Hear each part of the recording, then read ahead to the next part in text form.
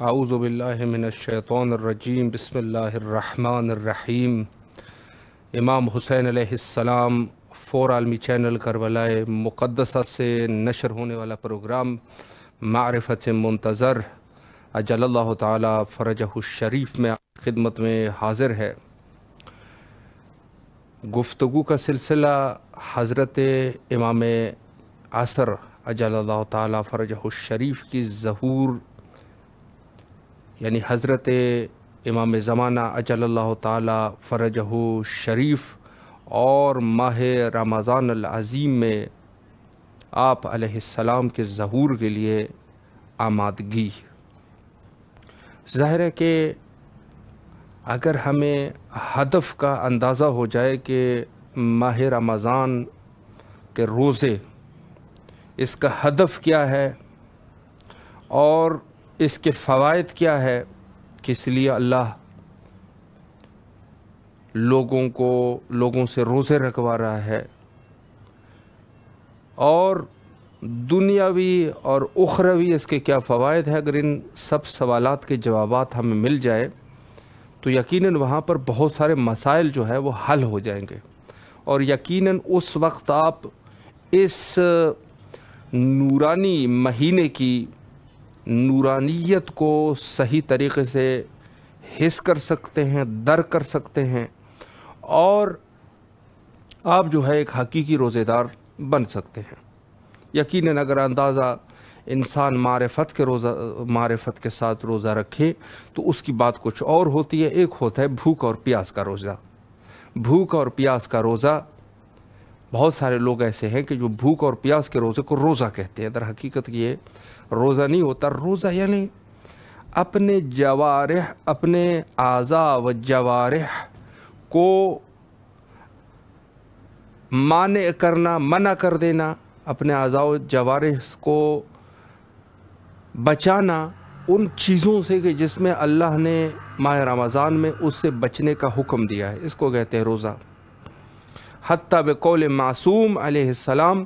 کہ انسان جو ہے روزہ اس وقت ہے کہ حتیٰ بال کے ذریعے سے بھی روزہ ہو۔ بال یعنی مکمل جسم، بال سب سے چھوٹا حصہ ہے،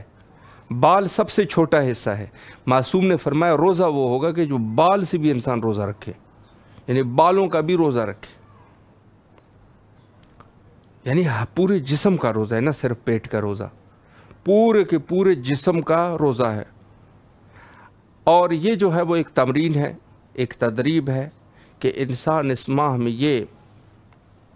مشق انجام دے گا تو بعد میں جا کے جو دوسرے مہینے ہیں اس میں بہتر طریقے سے پرہیزگاری کے راستے پر وہ گامزن ہو سکتا ہے۔ خود قرآن نے بھی فرمایا لعلکم تتقون کہ انسان جو ہے وہ تقوی دار بن جائے۔ تو تقوی بس یہ اندازہ ہو رہا ہے کہ روزہ جو ہے وہ تقوی ہے، اور تقوی جو ہے وہ انسان کے پورے بدن میں حتیٰ روزہ رکھنا بال کے ذریعے سے، انسان کا بال وہ بھی روزے میں ہو، اس کو کہتے ہیں روزہ۔ اور روزہ جو ہے صبر کا نام ہے کہ انسان صبر کرتا ہے، یعنی مباحات چیزیں ہوتی ہے دوسرے مہینے میں، پانی پینا، کھانا کھانا، دوسری بہت ساری چیزیں ہیں کہ جو مباح ہوتی ہے، مکروہ بھی نہیں ہوتی، مباح ہوتی ہے۔ لیکن اس مباح چیزوں سے بھی جب ایک شخص پرہیز کر رہا ہے، اس کو صبر کر رہا ہے، اس کو کہتے ہیں روزے دار۔ مباح چیزوں کو بھی چھوڑ دینا، حرام کو چھوڑنا، حرام چیزوں کو چھوڑنا مکمل طور پہ، جو کہ پہلے بھی حرام ہے تو اس میں زیادہ اس کی حرمت زیادہ ہو جاتی ہے، حرام چھوڑنا۔ اسی طریقے سے بعض حلال چیزوں کو بھی چھوڑنا۔ بعض ایسی چیزیں، یعنی مراد یہ ہے کہ ہو سکتا ہے کہ بعض چیزیں حلال ہے اس کو بھی چھوڑا، بعض مباح چیزوں کو بھی حتیٰ چھوڑ دینا، تو اس کو کہتے ہیں روزہ۔ روزے کی تعریف یہ ہے، صبر کا نام روزہ ہے، کہ جہاں پر فرمایا کہ وَاسْتَعِینُوا بِالصَّبْرِ وَالصَّلَاةِ کہ آپ جو ہے وہ صبر اور صلات سے مدد مانگو، تو وہاں پر ایک تفسیر کے مطابق میں عرض کر رہا ہوں کہ فرمایا کہ یہاں پر صبر سے مراد صوم ہے، یعنی گویا خدا کہنا چاہ رہے ہیں کہ وَاسْتَعِينُوا بِالصَّوْمِ وَالصَّلَاةِ، روزے اور نماز سے مدد مانگو، یعنی مشکل حالات میں۔ تو وہاں پر بھی بالکل جو ہے وہ واضح ہے کہ یہاں صبر سے مراد جو ہے وہ روزہ ہے، اور روزی کی جو عظمت ہے، روزی کی جو بزرگی ہے، وہ یقیناً سب کے اوپر اشکار ہے کہ ہم دیکھتے ہیں کہ جب ماہ رمضان سے پہلے ہمارے حالات کچھ اور ہوتے ہیں، ماہ رمضان گزرنے کے بعد اگر تھوڑی سی بھی انسان دقت کرے، زیادہ بھی نہیں کم دقت کرے، آپ یقین فرمائیں کہ جب ماہ رمضان گزر جاتا ہے اس وقت آپ کے حالات کچھ اور ہو جاتے ہیں، یعنی حالات ایسے ہو جاتے ہیں کہ مکمل طور پہ گویا زندگی چینج ہو گئی۔ اور یہ دعوے والی بات ہے کہ اگر کوئی شخص صحیح معنوں میں دقیق طریقے سے ماہ رمضان کے روزے رکھیں، صحیح طریقے سے رکھیں، یہ نہ ہو کہ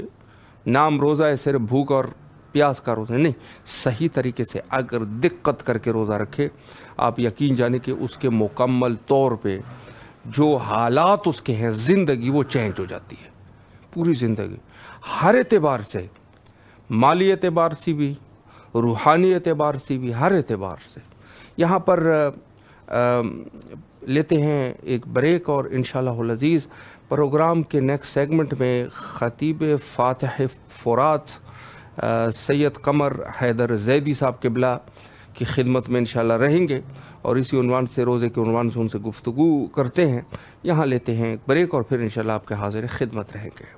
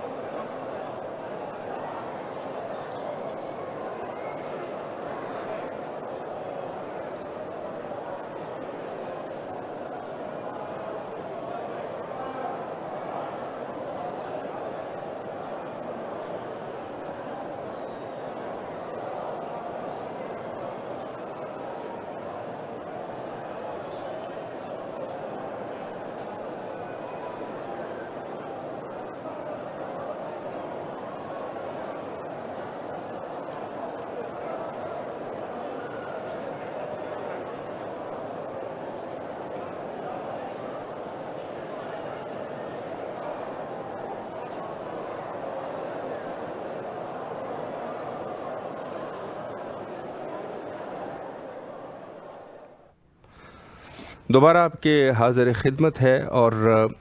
گفتگو کا سلسلہ ہمارا ماہ رمضان اور روزوں کی عظمت کے عنوان سے چل رہا ہے، اور آج کے ہمارے معزز مہمان خطیب فاتح فرات سید قمر حیدر، علامہ سید قمر حیدر زیدی صاحب قبلہ اسلام آباد سے ہمارے ساتھ محو گفتگو ہوں گے، اور خوشبختانہ ہمارا رابطہ بھی قبلہ سے قائم ہو چکا ہے۔ السلام علیکم ورحمۃ اللہ وبرکاتہ۔ علیکم السلام ورحمۃ اللہ وبرکاتہ۔ یا علی علیہ السلام، مدد قبلہ۔ مولا علی مدد، جزاک اللہ۔ طبیعت مزاج بخیر ہے انشاءاللہ؟ اللہ الحمدللہ، جزاک اللہ۔ اللہ آپ کو صحت اور سلامتی عطا فرمائے۔ سب سے پہلے تو ماہ رمضان عظیم کے مناسبت سے آپ کی خدمت میں تبریک عرض کرتے ہیں، اور امام حسین علیہ السلام ٹی وی کے تمام اراکین کی طرف سے تہ دل سے آپ کے ممنون اور مشکور ہے کہ آپ نے اپنی قیمتی اوقات میں سے یہ وقت مومنین کے لیے اور ہمیں عطا فرمایا، اور خدمت کا یہ موقع ہمیں فراہم فرمایا۔ میری بہت بڑی سعادت ہے، اور حرم قدسیہ امام علیہ مقام علیہ السلام سے آپ نے مجھے سعادت بخشی کہ میں اپنے فکر کی پرواز سے مولا کے حرم کی زیارت بھی کر رہا ہوں، اور مخاطب بھی ہوں۔ میں امام حسین ٹی وی چینل 4 کا بہت بہت شکر گزار ہوں۔ سلامت رہے قبلہ، بزرگواری ہے آپ کی۔ میں وقت کو ضائع کیے بغیر، چونکہ ماہ رمضان ہے تو اس میں یہ ہے کہ خود روزوں کے بارے میں بھی سوالات ہے اور خود ماہ رمضان کے بارے میں بھی ہے، لیکن میں پہلا سوال آپ کی خدمت میں خود ماہ رمضان کی عظمت کے عنوان سے پوچھنا چاہوں گا کہ ماہ رمضان کی کیا عظمت ہے اور کیا اہمیت ہے، اس پر قبلہ اگر ایک وضاحت ہو جائے۔ بسم اللہ الرحمن الرحیم۔ یا قاہر العدو یا والی الولی یا مظہر العجائب یا مرتضی علی۔ ماہ مبارک کے صیام جی، جس کا پہلا مکمل ہو چکا، بے شک، اور دوسرا مکمل ہونے کے قریب ہے، جی اور کیا فضائل ماہ صیام بیان کر سکتے ہیں۔ جی، میرے سامنے قرآن مجید موجود ہے اور میں تلاوت میں بسم اسی اللہ۔ دوران رابطہ ہوا، اللہ تعالیٰ نے اسی قرآن مجید کے دوسرے پارے میں، جی، یہ اس کا آیت نمبر 183 ہے، جی، 183، صحیح، قرآن خود فرما رہا ہے جی، یا الذین آمنوا کتب علیکم الصیام جی، کما کتب علی الذین من قبلکم لعلکم تتقون۔ سبحان اللہ، قرآن مجید اپنی فضیلت یہ کہہ کے خود بیان کر رہا کہ اے اہل ایمان جی، پر روزے اسی طرح فرض کیے گئے ہیں جس طرح تم سے پہلے، تم سے قبل کے لوگوں کو اوپر فرض کیے گئے۔ صحیح، صحیح، فلسفہ روزہ کیا ہے؟ فضیلت رمضان کا قرآن ہی یہ اعلان فرما رہا ہے۔ جی، کیوں روزے فرض کیے گئے؟ تم سے پہلے بھی کیے گئے۔ مقصد کیا تھا؟ مقصد فقط اور فقط یہ ہے کہ لعلکم تتقون، سبحان اللہ، شاید تم اس طرح متقی ہو جائے، جی، تم متقی ہو جاؤ، تم پرہیزگار ہو جاؤ۔ شک، اب ہمارے اسلام کا پیغام چونکہ آفاقی پیغام ہے، جی، مخصوص علاقے، مذہب، مکتب، نسل یا زبان کے لیے نہیں ہے، جی، بلکہ قرآن مجید نے خود اعلان کیا ہے، صحیح، رمضان الذی انزل فیہ القرآن۔ رمضان وہ مہینہ ہے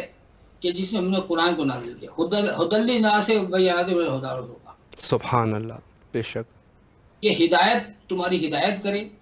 جی، اور فرق بتائے حق و باطل میں۔ صحیح، میں سمجھتا ہوں کہ اس مختصر سے وقت میں جی، میری کیا بساط ہے، قرآن نے خود بتا دیا۔ سرکار صادق علیہ محمد حضرت جعفر صادق علیہ السلام سے یہ سوال کیا کہ سرکار یہ فرمائیے کہ یہ رمضان ہی میں روزے کیوں فرض کیے گئے، صحیح، کسی صحیح، اور فرض کیے جا سکتے تھے؟ جی، تو میرے مولا نے بڑی وضاحت کے ساتھ فرمایا، جس کا مختصر خلاصہ یہ ہے جی، بسم اللہ، کہ ماہ صیام کو اللہ نے برکتوں والا مہینہ قرار دیا، سبحان اللہ، اور اللہ تعالیٰ رمضان کے علاوہ بھی روزے فرض کر سکتا تھا، جی، لیکن چونکہ اس مہینے میں قرآن نازل، جیسے میں نے عرض کیا قرآن کے بارے، جی، اس مہینے میں چونکہ قرآن نازل ہوا، صحیح، اور قرآن ہدایت تمام انسانوں کے لیے، جی، اور کوئی انسان ہے، انسان کے دائرے میں آتا ہے۔ ہم پہلے آدمی ہیں، صحیح، اس کے بعد ہم، کیونکہ یہ حضرت آدم کی اولاد ہیں، جی، اور آدم مٹی سے بنے، عدیم ارض سے نکلا، جی، تو اب مٹی جو ہے یہ مختلف جگہوں سے لی گئی، اور صحیح، اس میں ہر خاصیت، یہی وجہ ہے کہ آج جو بھی آدمی ہے، کسی کا مزاج نرم ہے، کسی کا سخت ہے، کسی صحیح، کا شیرین، تو ہم چونکہ آدمی ہیں، جی، اب آدمیت کا تقاضا یہ ہے کہ قرآن نے ہمیں سب سے پہلے احترام آدمیت کا درس دیا، اور ماہ صحیح، صیام جو روزے ہیں، جی، یہ اصل میں اللہ تعالیٰ کی طرف سے ایک بہت بڑا انعام ہے، اور اس کا شکرانہ عید الفطر کے موقع پر ہم ادا کیا کرتے ہیں، کیونکہ نعمتیں، برکتیں اس ماہ مبارک میں اللہ تعالیٰ کی طرف سے کتنی ہیں کہ جی، جن کا حد بے شمار نعمت، ان کا کوئی سبحان شمار اللہ، نہیں کر سکتا، ان کا حساب۔ بے تو میں شک، سمجھتا ہوں کہ سب سے قیمت ماہ صیام کی یہ ہے کہ اس ماہ صیام میں قرآن نازل ہوا، بے اور شک، قرآن ہدایت اور تمام بندوں کے لیے، ہر فرد بشر کے لیے اللہ نے ایسا انتظام کر رکھا ہے کہ صحیح، ہم یہ ہیں کہ اس رمضان تو جلانے کا نام ہے، جی، جلانے کا، کس چیز کو جلانا؟ گناہوں کو جلانا، سبحان بھوک کو اللہ، جلانا، سبحان اللہ، جلانا یہ روزے کی طاقت سے۔ روزہ ایک اتنی بڑی ڈھال ہے انسان کے لیے جی کہ جو انسان کو گناہوں سے روکتی ہے، نیکی، اچھائی، معروفات کی ترغیب دیتی ہے۔ بے شک لہذا ہم عالم کی بارگاہ میں سراپت تشکر ہیں کہ اس نے ہمیں مہلت زندگی میں سے ایک موقع اور عطا فرمایا کہ آج ہم اور آپ رمضان کے موضوع پر ایک دوسرے سے مخاطب ہیں۔ الحمدللہ الحمدللہ قبلہ، بہت ہی خوبصورت طریقے سے آپ نے بیان فرمایا۔ میں ایک سوال یہاں پر قبلہ یہ کرنا چاہوں گا کہ خود ماہ رمضان میں روزے رکھنے کے کیا فوائد ہے، اس پر بھی قبلہ اگر ایک وضاحت ہو جائے۔ ظاہر ہے حکیم کا کوئی فعل حکمت سے خالی نہیں ہوتا، بے شک بے شک، لیکن سائنس بھی اس بات کو مانتی ہے جی اور اس چیز کو تسلیم کیا جاتا ہے، اور میڈیا کا دور ہے، کوئی چیز ڈھکی چھپی نہیں رہی۔ یقیناً جن چیزوں کو ہم نے بہت پہلے بیان کر دیا تھا، جن معجزات کو، جن بیانات کو واضح کیا قرآن نے، آج ہماری سائنس بھی اس چیز کو مان رہی ہے۔ مثال کے طور پہ جی جس طرح کم سونا فائدہ مند ہے، اگر بولنے کو سونا کہا گیا تو چپ رہنے کو چاندی کا، اسی طرح سے اگر کھانا جو ہے جی وہ ہمارے لیے ضروری ہے، لیکن کم کھانا صحت کے لیے ڈاکٹرز کہتے ہیں کہ بہت ضروری ہے۔ جتنا انسان ہمیں روحانیین اور عارف لوگ نظر آتے تاریخ میں کہ جن کی غذا بہت معمولی نہ ہونے کے باوجود، یعنی اس بات کا اندازہ لگا رہے ہیں کہ یہ ماہ سیام آپ فائدے کی بات کی، میں کہوں گا کہ اس دور میں ہر دور کی طرح انسان اپنا فائدہ تلاش کرتا ہے، نقصان کے تو کوئی نہیں جاتا۔ حالانکہ قرآن کہہ رہا ہے والعصر ان الانسان لفی خسر، لیکن الا الذین آمنوا، جی تو اب اگر آپ نے فائدہ لینا ہے صحیح تو آپ کو ایمان نہ بننا پڑے گا، خسارے سے بچنا ہے تو ہمیں صاحب ایمان بننے کے ساتھ ساتھ ہم نے وتواصوا بالحق وتواصوا بالصبر، ہم نے صبر کا دامن تھامنا ہو، ہم نے حق اور صبر کا بالکل نصیحت کرنی ہوگی۔ تو آج میں نے دیکھتا ہوں کہ جب کوئی کسی طبعی طور پہ بیمار ہو جاتا ہے انسان تو فزیکل لائف میں وہ کسی بھی ڈاکٹر سے کنسلٹ کرتا ہے تو وہ کوشش یہ کرتے ہیں آپ غذا میں توازن پیدا کریں۔ تو میں تو سمجھتا ہوں کہ رمضان ہمیں غذا میں توازن اور عقیدے میں توازن درس دیتا ہے۔ بے شک ماہ میں ہمیں روزے کے اور کوئی فائدے ہوں یا نہ ہوں، ایک فائدہ ہے انسان ٹائم کا پابند ہو جاتا ہے، صحیح وقت سحر مقرر، وقت افطار مقرر۔ قرآن مجید نے وقت سحر کا بھی بتا دیا، وقت افطار کا بتا دیا، اسی طرح قرآن ہدایت کے سرچشمے ایسے ہمارے مقرر کر دیے۔ میں آپ کے اس چینل کی وساطت سے یہ عرض سمجھتا ہوں کہ سیام کی عظمت کے بارے میں آپ نے سوال کیا، وہ روزے کا فائدہ تو اٹھتے بیٹھتے محسوس ہوتا ہے، انسان کی اعتدال آ جاتا ہے، انسان اور اعتدال ہے۔ دیکھیے نارمل آدمی ہے اگر تو طبیعت بھی ٹھیک ہے، اگر شوگر اپ ہے ڈاؤن ہے تو طبیعت خراب ہے۔ اسی طرح عقیدے میں بھی اگر اعتدال ہے تو ہم مستقیم پہ ہیں۔ ہم جو صبح شام روزانہ دعا کرتے پالے والے اہدنا الصراط المستقیم، صراط الذین انعمت علیہم، ہمیں ان کے راستے پہ ڈالا جن پہ تیری نعمتیں نازل ہوئی، تو نعمت عظمیٰ کا نزول ہوا اور اس نزول صراط المستقیم بن گیا۔ یہ مہینہ اگر سامع قرآن کے نزول کا مہینہ ہے، سبحان اللہ سبحان اللہ، واہ، شہادت کا مہینہ جی، اور ناطق قرآن کون ہے؟ وہ مولائے متقیان حضرت علی ابن ابی طالب، جن کے بارے میں علماء کرام نے بتایا، عارفین نے بتایا، روحانیین نے بتایا۔ بے شک مولا علی علیہ السلام کو اگر سردیوں کی نمازیں پسند تھی تو گرمیوں کے روزے پسند تھے، لہٰذا اگر میں واقعاً مولا کائنات علی ابن ابی طالب علیہ السلام سے محبت کا دم بھرتا ہوں، میں یا علی مدد کہتے رہتا ہوں، تو مجھے دیکھنا یہ ہے کہ میرے مولا کا اس ماہ مبارک رمضان اس وقت جو علی پورا سال نمازیں پڑھتا ہے، جو علی پورا سال رکھتا ہے، اور ماہ سیام کی عظمت اور کا انداز یہاں سے لگایا جا سکتا ہے کہ اسی ماہ سیام میں وہ علی جو شوق شہادت میں زندگی بسر کرتا رہا، جن کی یہ میرے مولا علی شدت شوق شہادت میں 19 ماہ صبح ضربت تھی، یہ کہنے والوں کو کہنا پڑا کہ جو وقت مقرر تھا وہ ٹلنے نہ دیا، تقدیر نے پہلو بھی بدلنے نہ دیا، سحری ہوئی تلوار کے پھل سے شاعر سجدے میں نمازی کو سنبھلنے نہ دیا۔ تو اسی ماہ مبارک میں میرے مولا علی علیہ السلام کی شہادت بھی ہے اور سامع قرآن کے نزول بھی ہے۔ تو پورے کا پورا مہینہ فوائد سے، برکات سے ایسے مرصع ہے، ایسے لیس ہے، ہم اٹھانا ہمارا ایمانی تقاضا ہے۔ بے شک بے شک۔ قبلہ یہاں پر آخری سوال میں آپ کی خدمت میں کرنا چاہوں گا کہ خود حدیث میں بھی ہے کہ اسلام کی بنیاد 5 چیزیں ہیں، نماز ہے اور روزہ ہے اور آخر میں ولایت ہے۔ تو جہاں بات ہوتی ہے، آپ بہتر جانتے ہیں کہ ولایت کو موجب یعنی عبادات کی لیے ایک مہم چیز قرار دی، تو کیا ولایت جو ہے ان کا عبادت کے ساتھ کس قدر تعلق ہے اور بغیر ولایت کے عبادت قبول ہوتی ہے نہیں ہوتی؟ قبلہ اس پر بھی اگر ایک مختصراً آپ جواب فرمائیں۔ میرا خیال ہے انما الاعمال بالنیات۔ بے شک۔ اللہ نے قرآن مجید میں کثرت عمل کا نہیں کہا، جی سبحان اللہ، اس نے عمل کہا جی، تاکہ میں آزماؤں کہ تم میں اچھا عمل کرنے والا کون ہے۔ بے شک۔ سورہ دہر اٹھا کے، یعنی ہمارے پنجابی میں کہتے ہیں کہ تھوڑا بے شک و ستھرا ہونا چاہیے، جی بے شک، کم ہو مگر بالکل صاف ستھرا، بالکل۔ ہمیں یہ بات ذہن نشین رکھنی چاہیے جی کہ نماز، روزہ، حج، زکوٰۃ، خمس، جہاد، جی یہ جتنے بھی عبادات ہیں، صحیح، ان تمام عبادات کی قبولیت کا دار و مدار، چونکہ عمل کا دار و مدار نیت پہ ہوتا ہے، جی تو جس کی میں نے اشارہ کیا صحیح، ابھی جس ولایت پر دین مکمل ہوا، جی صبح سے لے کے شام تک قرآن مجید کثرت تلاوت کا مہینہ ہے خریدے، جی اور اس پورے مہینے میں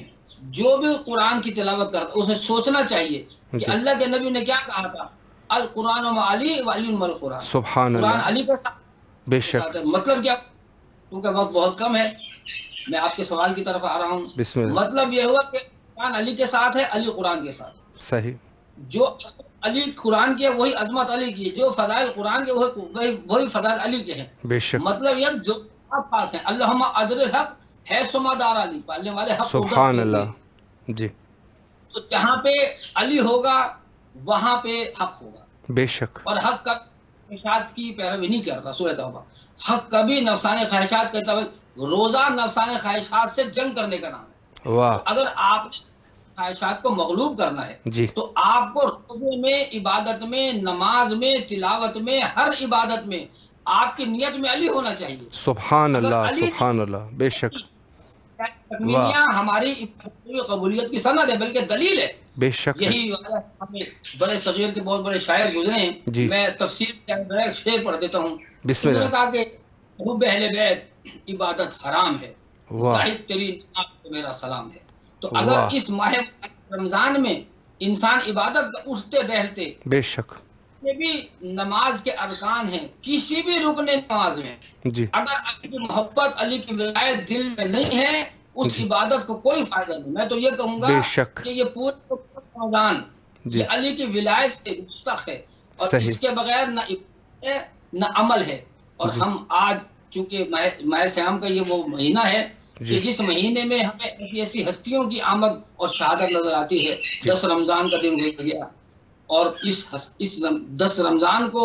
وہ میں امام حسین ٹی وی چینل 4 کے جی توسط سے بسم اللہ، شعر پڑھنا چاہتا ہوں۔ 10 رمضان اس ہستی کی دنیا سے جانے کا دن تھا جس کے بارے میں کسی نے کہا تھا کہ کوئی آسان نہیں مثل خدیجہ ہونا، لیکن اللہ، شرط ہے اس کے ہونا۔ اللہ بیٹے واہ،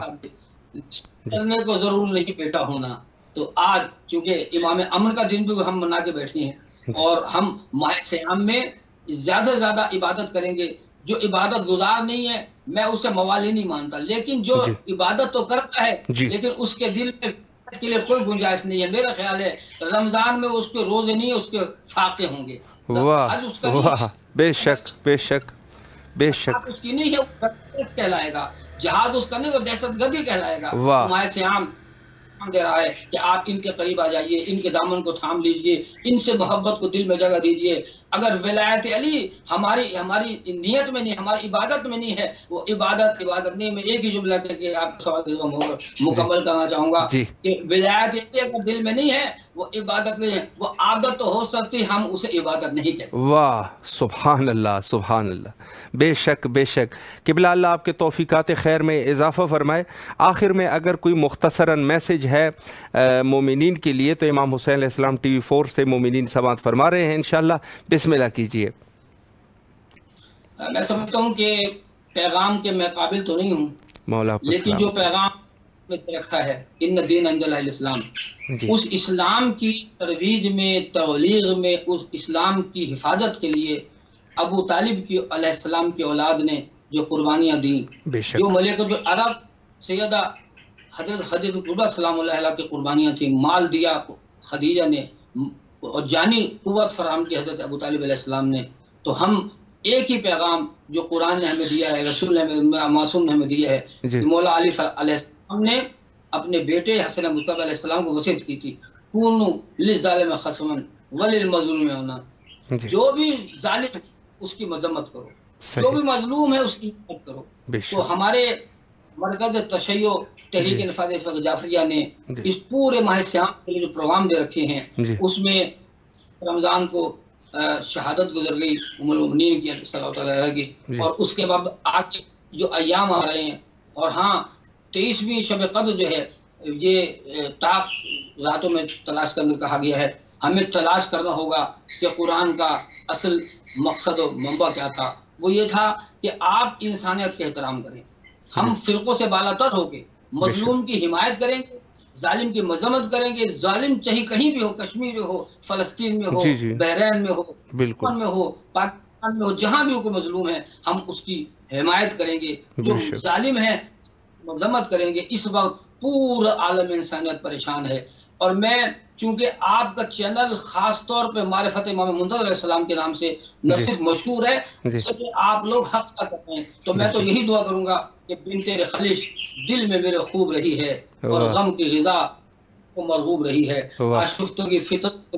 محبوب رہی ہے، نبض جسد قوم مکان ڈوب رہی ہے، رنجور ہے خستہ ہے زمانہ، مولا آجا کے ضیاء زمانہ. اس دعا کے ساتھ کہ مولا یوسف امام زمانہ علیہ الصلوۃ والسلام کے ظہور میں تعجیل فرمائے، امام 4 کی توفیقات میں مزید اضافہ فرمائے. ہم جیسے خادم دیتے ہیں، آپ دعائیں فرمائیے گا کہ مولا ہمیں بھی، ویسے کافی زائرین نے بتایا ہے کہ مجھ جیسے خاکسار کو انہوں نے، کسی نے کربلا میں دیکھا، کسی نے شام میں دیکھا، کسی نے مشہد مقدم میں دیکھا، لیکن میری اپنی تمنا یہ ہے کہ وہ امیر مینائی کی نعت کو میں ایک لفظ بدل کے کہوں گا، اسے منقبت کرنا چاہتا ہوں. میری فریاد ہے مولا سے کہ جب بھی کربل کا مسافر کوئی پا جاتا ہوں، حسرت آتی ہے میں رہا جاتا ہوں. تو ہمیں موقع نصیب فرمائے کہ ہم آئیں اور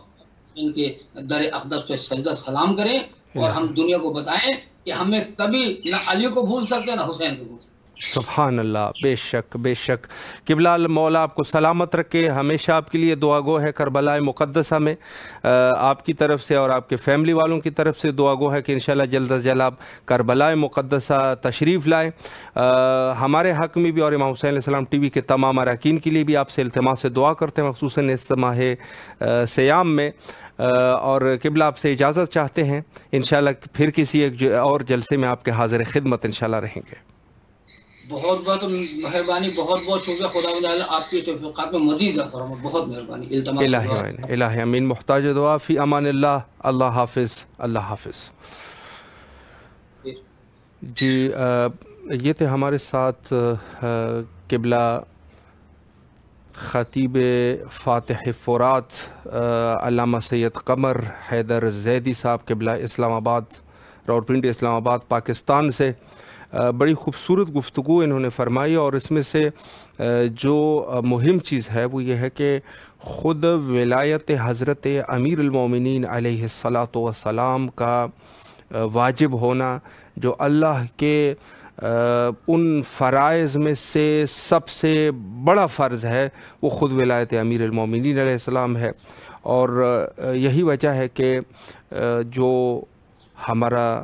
مذہب ہے مذہب جعفریہ،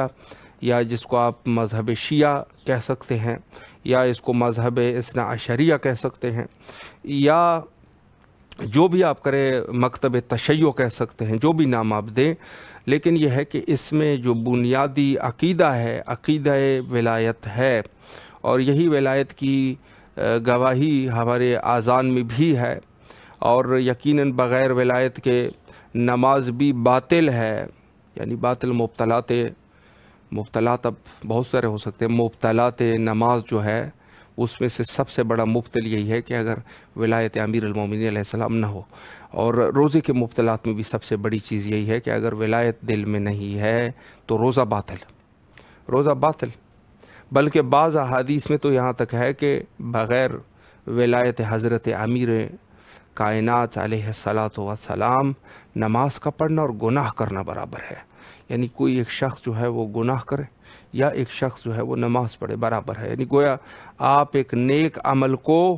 غلط طریقے سے کر رہے ہیں، گناہ۔ جیسے انسان ہے، مثلا انسان بغیر نکاح کے اگر رابطہ رکھنا چاہے ایک نامحرم سے تو حرام ہے۔ اسی طریقے سے ولایت امیر المومنین علیہ السلام شرط ہے عبادت کے لیے، عبادت ایک پاک عمل ہے، بغیر ولایت کے اللہ چاہتا نہیں ہے، تو آپ بغیر ولایت کے اگر نماز پہ کھڑے ہو گئے تو نماز کا کیا ہوگا؟ ظاہر ہے کہ آپ ایک اچھے فعل کو جو ایک اچھا کام ہے اس کو غلط شرائط کے ساتھ آپ انجام دے رہے ہیں، جب غلط شرائط کے ساتھ انجام دے رہے تو یقیناً گناہ ہوگا۔ بعض نے تو حتیٰ بعض احادیث میں زنا کا تذکرہ بھی آیا ہے، اللہ اکبر، فرمایا کہ اگر بغیر ولایت امیر المومنین علیہ السلام کوئی شخص نماز پڑھ رہا ہے گویا وہ زنا کر رہا ہے، اللہ اکبر، یعنی اس کا زنا کرنا اور نماز پڑھنا برابر ہے، یہ حدیث کے جملے ہیں۔ اور خدا رحم کرے، یعنی ولایت حضرت امیر المومنین علیہ الصلاۃ والسلام جہاں حدیث جو بنیاد اسلام والی حدیث ہے کہ جہاں امام صادق علیہ الصلاۃ والسلام نے فرمایا کہ اسلام کی بنیاد 5 چیزیں ہیں، اس میں سے روزہ بھی ہے، نماز بھی ہے، اور یہ سب چیزیں ہیں، لیکن آخری چیز جو ہے وہ ولایت ہے۔ تو انہوں نے پھر امام سے پوچھا کہ اس میں سب سے مہم کون سی چیز ہے؟ تو امام نے فرمایا کہ ان میں سے مہم ولایت ہے، یعنی ہماری ولایت ہے، اہل بیت علیہ السلام کی ولایت ہے کہ جن پہ یہ سب چیزیں موقوف ہے۔ ولایت ہوگی تو نماز ہوگی، ولایت ہوگی تو روزہ آپ کا صحیح ہوگا۔ ولایت کے بغیر جو ہے وہ کوئی نہیں، جیسے ابھی قبلہ فرما رہے تھے کہ بغیر ولایت کے نماز پڑھنا جو ہے، نماز پڑھنا اور اپنے وقت کو ضائع کرنا یہ برابر ہے، اور یا جو ہے وہ بغیر ولایت کے روزہ رکھنا ایسے ہیں کہ جیسے آپ اپنے آپ کو اپنے پیٹ کے اوپر ظلم کر رہے ہیں، بھوک برداشت کریں، بھوک کو آپ بھوک کی آپ شکایت، یعنی بھوک آپ برداشت کر رہے ہیں، اور اس کے بعد عرض کروں کہ بغیر ولایت کے حتیٰ جہاد نہیں، دہشت گردی ہے، اور حج جو ہے وہ بغیر ولایت کے کوئی تفریح تو ہو سکتا ہے، آپ نے جا کے صفا اور مروہ میں اور خانہ کعبہ میں، وہاں پر آپ شہر مدینہ اور مکہ گئے، وہاں آپ نے تفریح تو کر دی، لیکن خدا کی قسم عبادت نہیں ہوئی، چونکہ عبادت جو ہے وہ تب آپ کی ہوتی اگر آپ جو ہے ولایت حضرت امیر مومنان علیہ الصلاۃ والسلام آپ کے وجود میں اگر ہوتی تو یہ سب کچھ قابل قبول تھا۔ اگر نہیں ہے تو یقیناً یہ جو آپ جتنے بھی فعل انجام دے رہے ہیں یہ سب کے سب باطل ہے، اور اس کا کوئی بھی فائدہ نہیں ہے، آپ اوپر سے جو ہے نقصان کر رہے ہیں، گناہ حاصل کر رہے ہیں۔ تو یہ ولایت امیر المومنین علیہ السلام در حقیقت تمام عبادات کی روح ہے۔ روح وجود میں ہوگی تو آپ چل پھر سکتے ہیں، اگر روح نہیں ہوگی تو یقیناً آپ جو ہے وجود مرد ہے، لوگ دفن کر دیتے ہیں جسم کو، فائدہ نہیں ہے اس کا، چونکہ کسی کام کا بھی نہیں ہے۔ کام اس وقت ہے یہ کام کا کہ جب اس میں ولایت ہو، یعنی روح سانس چل رہی ہو، روح اس میں موجود ہو۔ ولایت جو ہے وہ روح ہے، عبادت جو ہے وہ جسم ہے۔ جسم اس وقت کارآمد ہے کہ جب اس کے اندر خود روح، یعنی یعنی خود ولایت موجود ہو، اگر ولایت موجود ہے تو یہ عبادات آپ کے قابل قبول ہے، علو درجات آپ کے ہوں گے، اس دنیا میں بھی آپ کا درجہ بلند ہوگا، اور اس دنیا میں بھی حد اقل یہ ہے کہ آپ جو ہے مستجاب الدعویٰ ہو جائیں گے، دعا کی قبولیت آپ کی ہوگی، آپ جو دعا کریں گے تو وہ قبول ہوگی کم از کم، چونکہ اللہ جو ہے اس دنیا میں بھی ہر عبادت کا اجر دیتے ہیں اور آخرت میں بھی اجر دیتے ہیں۔ اس دنیا میں اجر بہت سارے اجر جو ہے اس دنیا میں وہ یہ ہے کہ بعض جب لوگوں نے قربانیاں دی تو ان کو مثلا ایک حکمت بھی عطا کر دی، بہت ساری مثالیں ہیں موجود ہے اس دنیا میں بھی، یعنی جو بندہ عبادت کرتا ہے وہ صاحب حکمت ہو جاتا ہے، صاحب کرامت بھی ہو جاتا ہے، اس کے اندر کوئی کمالات آ جاتے ہیں۔ اگر کوئی اس دنیا میں بھی تقوی اس کے وجود میں ہے، شیخ نخودکی اصفہانی، یعنی خود شیخ نخودکی اصفہانی جو کہ خود اہل عبادت تھے، زاہد تھے، تو بہت سارے کتابیں لکھی ہوئی ہے کہ وہ فلاں کرامت اسے سرزد ہوئی، فلاں کرامت سرزد ہوئی، اور بہت ساری مثالیں ہیں، یعنی اولیاء کی کوئی کم مثالیں موجود ہے۔ یعنی یقیناً اگر کوئی شخص اس دنیا میں متقی پرہیزگار ہے تو اس میں کوئی شک و شبے کی گنجائش نہیں کہ وہ شخص جو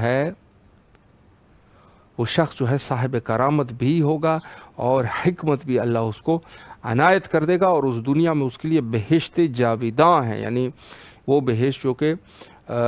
ہمیشہ کے لیے ہم فیہا خالدون، یہ شخص وہاں پر رہے گا۔ لیکن یہ ہے کہ ان سب عبادات میں ولایت ضروری ہے، ولایت نہیں ہے تو عبادت جو ہے وہ کسی کام کی نہیں ہے۔ گویا کہ ایک لوہا ہے، سونا کسی لوہے کو کوئی سونا نہیں کہتا، ایک فضول چیز ہے جو آپ نے کر دی اور اپنا وقت برباد کر دیا۔ یہ ہمارا عقیدہ ہے مذہب شیعہ کا، دوسروں کے مذہب پہ کوئی اٹیک نہیں کرتے، اور نہ ہی ہمیں کوئی ضرورت ہے کہ کسی کے مذہب اور دین کے اوپر ان کی اہانت کرے، وہ خود اپنا جواب دے۔ ہمارے اپنے فقہ اور اپنے عرض کروں آپ کی خدمت میں کہ اپنے عقیدے میں جو ولایت کی اہمیت ہے اس طرح کی اہمیت کسی چیز کی بھی نہیں ہے، اور اسی ولایت کی ایک کڑی خود جو ہے وہ امامت ہے، کڑی کیا بلکہ مسلم ولایت جو ہے وہ امامت میں ضم ہے، یعنی خود ولایت یعنی امامت، امامت یعنی ولایت۔ اب یہ جو ہے خود ائمہ اطہار علیہ السلام ان کی ولایت جو ہے جو ضروری ہے، تو ہمارے پاس ایک عقیدہ امامت ہے، اور امامت کا عقیدہ وہ اساسی عقیدہ ہے کہ میں تو یہ کہوں گا کہ اگر کوئی شیعہ جو اپنے آپ کو شیعہ کہتا ہوگا وہ امامت کے مسئلے کو زیادہ جدی نہیں لے رہا تو ممکن ہے کہ اس کا دین اور ایمان بھی خطرے میں پڑ جائے، اس کا بھی خطرے میں پڑ جائے گا، چونکہ ہمارے پاس یعنی یہ وہ عقیدہ امامت یعنی خود ائمہ کی ولایت پھر اپنے وجود میں رکھنا ہے، یعنی گویا کہہ سکتے ہیں ولایت سے جو ہم کہہ رہے ہیں تو وہی امامت ہے اور امامت وہی ولایت ہے، یعنی ایک طریقے سے جس کو ہم اندازہ لگائیں کہ خود ولایت اہل بیت علیہ السلام واجب ہے، اللہ نے واجب قرار دیا، اور کوئی شخص بھی اگر ولایت کے بغیر کوئی کام کرنا چاہے تو اس کی وہ کوئی بھی ان کی اہمیت نہیں ہے۔ یقینا فرمائیں کہ ولایت ہی ہے کہ جنہوں نے اسلام کو زندہ کر کے رکھا ہے، اور یہی ولایت ہے جو ہمارے اندر جو جذبہ ہے۔ زیارت کربلا مقدسہ کرنا ولایت ہے، زیارت مشہد مقدس، زیارت سامرہ، کاظمین اور اس قسم کی کوئی بھی زیارت کرنا، اہل بیت علیہ السلام سے مناسب کسی فرد کی زیارت کرنا، یہ ولایت ہے، یہ ولایت ہے کہ جو آپ کے وجود میں ہے، اسی کو تو ولایت کہتے ہیں۔ اور بغیر ولایت کے کوئی بھی عمل انجام دینا یہ جو ہے وہ صحیح نہیں ہے، کسی عنوان سے بھی قابل قبول نہیں ہے۔ اور یہی مثالیں جو ہے ہمارے علماء کرام نے بھی اسی عنوان سے یہ چیز جو ہے بیان کی ہے کہ خود ولایت کی کیا اہمیت ہے، یعنی اس میں جو ہے، اور ولایت کا تعلق بھی قلب سے ہے، دل سے تعلق ہے، زبان سے بھی بسا اوقات تعلق ہے، بسا اوقات ولایت کا تعلق شاید ہے اعضاء و جوارح سے بھی بسا اوقات ولایت کا تعلق ہو، لیکن اصلاً قلباً ولایت ہونی چاہیے انسان میں۔ اور خود ولایت جو ہے وہ اہم ہے، یعنی اہم من المہمات ہے کہ جس کا انجام دینا واجب ہے اور اس کو وجود میں رکھنا واجب ہے، تو ہمارے عبادات کا دار و مدار ولایت اہل بیت علیہ السلام پر ہے، اور ہماری عبادات تب قبول ہو سکتی ہے کہ جب ہمارے وجود میں ولایت اہل بیت علیہ السلام ہو۔ تو عرض کروں آپ کی خدمت میں کہ جہاں ماہ رمضان کی بات ہوتی ہے تو ماہ رمضان ایک ایسا مہینہ ہے کہ جس میں حتیٰ تمام اہل اسلام ان کی بیداری ہو جاتی ہے، گویا ایک بیداری سی ہو جاتی ہے، یعنی ہر شہر میں آپ دیکھتے ہیں سحری کا وقت ہو جاتا ہے تو پورے کے پورے محلے میں ایک شور کی کیفیت ہوتی ہے۔ مساجد میں مثلا یا بعض علاقوں میں جو ہے سحری کے اٹھانے کے لیے مثلا ایک شخص آوازیں دینا شروع کر دیتا ہے، یا بعض جگہوں پر مثلا دف وغیرہ بجاتے ہیں، بعض علاقوں میں لاؤڈ سپیکر پہ مثلا کوئی نہ کوئی تلاوت قرآن یا کوئی اور یہ چیزیں شروع ہو جاتی ہے۔ تو ماہ رمضان وہ مہینہ ہے کہ جس میں واقعاً اسلام زندہ ہو جاتا ہے۔ یعنی صحیح ہے کہ البتہ نہ صرف ماہ رمضان، ماہ محرم بھی ہے اور دوسرے مہینے بھی ہے، لیکن ماہ رمضان ان میں سے جس طریقے سے پورے آل اسلام پر اس کے اثرات ہوتے ہیں واقعاً عجیب ہے کہ ایک دفعہ مثلاً پورے کے پورے مسلمان اور کافر کے درمیان گویا سے ایک رابطہ سا قائم ہو جاتا ہے، چونکہ نمازیں تو ظاہر ہے کہ انسان پڑھتا ہے یا نہیں پڑھتا، اور بس اوقات پڑھتا ہے تو وہ بھی جا کے تنہائی میں پڑھے یا زیادہ مشخص نہیں ہے، لیکن روزہ ایک ایسی چیز ہے کہ جو مکمل طور پہ کافر اور کفر اور اسلام کے درمیان گویا کہ ایک لکیر ہے، کفر اور اسلام کے درمیان لکیر ہے۔ آپ دیکھتے ہیں آج کل سوشل میڈیا کا دور ہے، حتیٰ کہ جو لوگ ہوتے ہیں اور جو غیر مسلمان لوگ ہوتے ہیں یوٹیوب وغیرہ اور جو چیزیں بھی ہے یا دوسرے سوشل میڈیا پر جب گفتگو کرتے ہیں تو وہ کہتے ہیں ماہ رمضان ہے، اور یہاں مسلمانوں کو دیکھتے ہیں کہ کون کون مسلمان ہے جس نے روزہ رکھا ہو، تو یقیناً چہرے سے بھی اندازہ ہو جاتا ہے کہ صائم کا جس نے روزہ رکھا ہو۔ تو گویا ماہ رمضان ایک ایسی چیز ہے کہ پورے اسلامی برادری میں گویا ایک کوہرام برپا کر دیتا ہے۔ پورے کے پورے سال میں جو لوگ جو ہے جن کو تھوڑی سی وہ ڈھیلے پڑ گئے ہوتے ہیں، ماہ رمضان میں ایک دفعہ جاگ جاتے ہیں۔ ہم سب یہی کہ تھوڑے سے ہم لوگ مثلا چارج نہیں ہوتے، ایک ماہ رمضان میں آ کے چارج ہو جاتے ہیں، اور پورا سال جذبہ جو ہے وہ ہمارے اندر زندہ ہوتا ہے۔ تو یہ ماہ رمضان کے برکات ہے، اور یہی ہے کہ خود اسلام کی زندگی اور اسلام جو ہے مسلمان دوبارہ سے بیداری آ جاتی ہے۔ اسلام تو خیر زندہ ہے اور رہے گا، لیکن یہ ہے کہ خود اس کو جس کو کہا جائے کہ ایک زنگ بیدار باش جس کو آپ کہہ سکتے ہیں ماہ رمضان عظیم کے روزے، اور کیا خوبصورت، بلکہ بعض ایسے ہیں جو روزے نہیں بھی رکھتے وہ بھی دین کی طرف متوجہ ہو جائے۔ بعض مسلمان ہوتے ہیں کہ جو غیر ذمہ دار ہوتے ہیں، روزے نہیں رکھتے، لیکن کچھ مومنین اور مسلمان جب روزے رکھتے ہیں تو حتیٰ وہ لوگ بھی تھوڑے تھوڑے اسلام کی طرف مائل ہو جاتے ہیں۔ البتہ اسلام کو مکمل زندہ کرنے والی شخصیت حضرت سید شہداء علیہ السلام ہے، اور حقیقی روزہ وہی تھا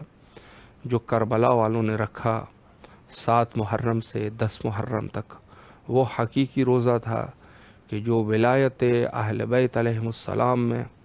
یاران با وفائے حضرت سید شہداء علیہ السلام، یعنی آپ کے وہ یاران با وفا کہ جن کو کربلا والے کہتے ہیں، اور انہوں نے وہ روزہ رکھا کہ اسلام کو زندہ کر دیا، اور ایسے زندہ کر دیا کہ کسی یزیدی کی آج تک جرت نہیں ہو سکی کہ وہ اسلام کی کشتگی کے لیے کھڑا ہو جائے۔ ڈرتا ہے کہ جب نام آ جاتا ہے حسین ابن علی علیہ السلام کا تو یزید آج بھی گھبرا جاتا ہے۔ مقدس مہینہ ہے، مقدس ایام ہے، حجت خدا کے ظہور کے لیے کثرت سے دعا کیا کیجیے، چونکہ ظہور ہی ہمارے لیے آسانیاں پیدا کر سکتی ہے۔ اللہم عجل لولیک الفرج۔